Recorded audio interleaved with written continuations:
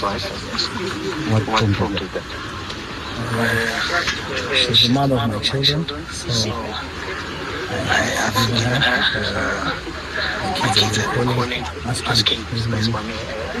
So once they involves my kids, then I'm defeated. Muri yeZimbabwe ndadzoka zvekare ndine nyaya yekwaSewiknero Chivayo vari kunzi Withdrawal. This is the situation, even muchionaoneka clip karapa pa Withdrawal nyaya yekusungisa mukadzi wavo ex-wife Sonia Madzikanda na amai vacho 63-year-old mother-in-law. Anditi ndo situation iri panapa. Mareasons akasiyana ari kutaurwa nawo Chivayo. Ari kutaura kuti zvoni vana vangu ndo vazondisawo pakona, asi kana vana vangu varamba vachindisa pakona handisisinawo kwekuita se kwekuenda kana kuti kwekuperera nenyaya iyo. Ndinenge ndafila kuva defeated because vana ndo vangara vachingofona kuti amai vari kupi, and iye wacho haasi kufila sorry about kuwasungisa kwanga akaita. Atoda kuti aiwa vakanzwa buttercup.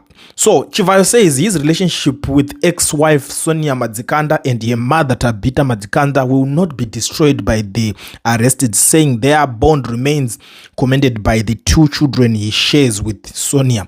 Speaking after withdrawing the charges and securing the pair's release, Chivayo said he has no regrets about his decision to have them arrested for allegedly disrespecting South African President Cyril Ramaphosa by circulating what he described as fake images involving him and the neighboring country's leader. Nyaya yaombenga yangoripo ndeyekungoti aiwaka timhure kwana Ramaphosa, spokesperson wacho anga ataura kati Ramaphosa nanhigiriki ndivatosangana for the first time, then ava vakuda kuchibudo vakuda kuprove wrong kuti aiwa it was not for the first time. Vakasangana kakawanda vanhu like kwakutanga kushowa mapictures iwo atanga kutenderera. So zviri kutaura zvichinzi mafoto acho akagadzirwa neAI, mafoto acho akadidi, zvakawanda zvanga zviri kungotaurika because kwakungoda kungoratidzana kuti ka vanhu avagara vanozivana kudhara wochibudisa evidence nyaya imwe isinei navo. Saka uya angotry kuva prove a point kuti aiwa the best way zvamunokwanisa kuita imimika kungosiyana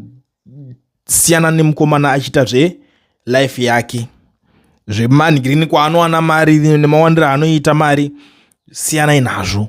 Ndo zviri kuitika panapa handiti. So vaviri ava mukoti vanga vangonhingirikina, vanga vakatobirirwa kuti vangachifanira kunge vachitoona kuti zvakamira sei, because pakuno nyaya dzebheu dziya dzakaramba kubalansa because magistrate anga sipo nezuro. I think I told you panyaya iyoyi ndikati magistrate anga asipo, saka that's why nyaya isina kuzokwanisa kuenderera kumberi. Kusavapo kwake kwangu kusiri kusavapo kwekuti hapana kana kuti yanga iri nyaya yakungoti magistrate akangoti ndambonzwa manyoka inenge ingori shamu ine munyu yoringoshedza kupuhwa, and you know those guys vanongoramba vachingopostpone kuti zvazvichaita manje ndichazodzoka kana musi wakati, because vanenge vaziva kuti apa pane mari apa panika kupfidzisana kanenge achida kuitwa munhu. Yes, wabva wamhanya kunzi uchazonowana bheu kana kuita sei, but munhu wese muZimbabwe these days, kuZimbabwe vari kutwekera mari munhu wese zvake. Pari kutotaurwa imwe nyaya nezuro vachitaurwa a certain lawyer zvikanzi sure because pango off kamari wangoona kuti munhu ane mari wakutomhanya. Ndo zvazvingoti munhu wese anongoona kuti apa paita mari yakarasa muswe vanobva vangomhanya. Saka kubva kune majaji malawyer munhu wese anenge achitotry kuti dai ndakatowana that case iyo ina Chivayo ndatombono represent ipapo ndadya mari.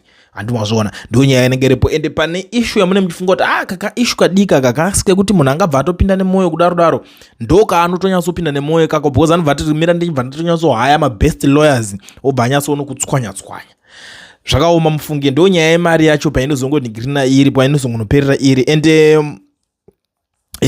imwe nyaya inenge ichizoitika ndeyekuti vanhu veZimbabwe havasi kuzonzwa tsitsi zvavo, vanenge vachitiwo kadya mari yezvigananda. Saka wokuda kuramba uchitoita greed nemari yezvigananda, because handina kumboona vanhu vakawanda vachifila sorry for Sonia nezvaakaitwa namai vake. Few people ndo vazongoto but waona wazosvika pakuzongovasungisa ungati aiwa wakadarikira wakanyanya kuenderera. It seems like munhu wese achienda kusaidi kwaWiknero mbichana anozodai so mari dzinozonzwa dzinozodai so vanhu vakungoenda vachingoita se vachingohakira kusaidira mari pobva pangodzoka point yekuti ane mari ndiye mukuru. Ndo situation dzatiri kuona dziri kutambika dziri kuitika panapa. But anyways nyaya dzevanhu vanombobvisana hembe vachipinda magumbezo pakusvika pakuita vana dzinonetsa kuti unyatsoda kudziteerera kudzipindira kudzinzwisisa dzese hadzinzwisisike. Nhasi vanogona vadai so pango pane nyaya dzimwe dzinenge dziripo behind the closed doors hauzoziva kuti inyaya yechi vanenge vaita kuti vazonetsana kudaro, kana kuti chiri kukonzeresa kuti pakati pavo one wacho ange achita hasha, inyaya yechi zvinonetsa kuti unyatsonzwisisa kuti zviri kunyatsofamba sei. But uyuwo ari kunyatsoblema kuti aiwaka mother in law ndo vakabhaisa, mother in law kurava mai vaSonia kuti aiwaka hamungazotange kubudisa muchiseculator zvinhu zvakadai so. Saka hanzi tambowa pabuttercup yavo kuti vazoziva zvavanoita, kwete kuda kuzongoningira dzimwe nyaya. Zvinonetsa. Ndo update iri panapa ndingongoya nayo ndakakubatira mhuri yeZimbabwe, but ndisandaenda zvangu zvakakosha organi, but ndangoshandisawo mukana uno kuzivisa every Zimbabwean ari munyika yeSouth Africa ine ari kuda kuregisterwa company nekuvhurwa FNB business account asina work permit kana study permit. Ndiri kuti mazuva ano zvava nyore, zvava easy. Pane company iyo inonzi Education Research inotungamirirwa nana Mukoma Owen.